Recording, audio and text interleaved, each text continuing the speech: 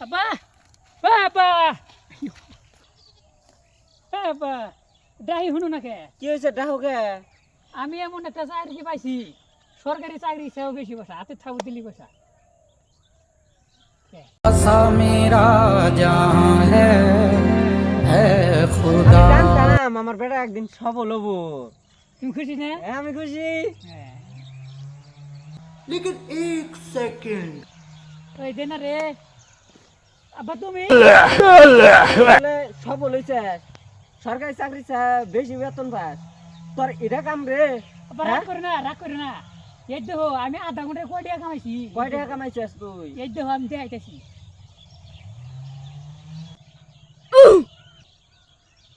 এই দেখো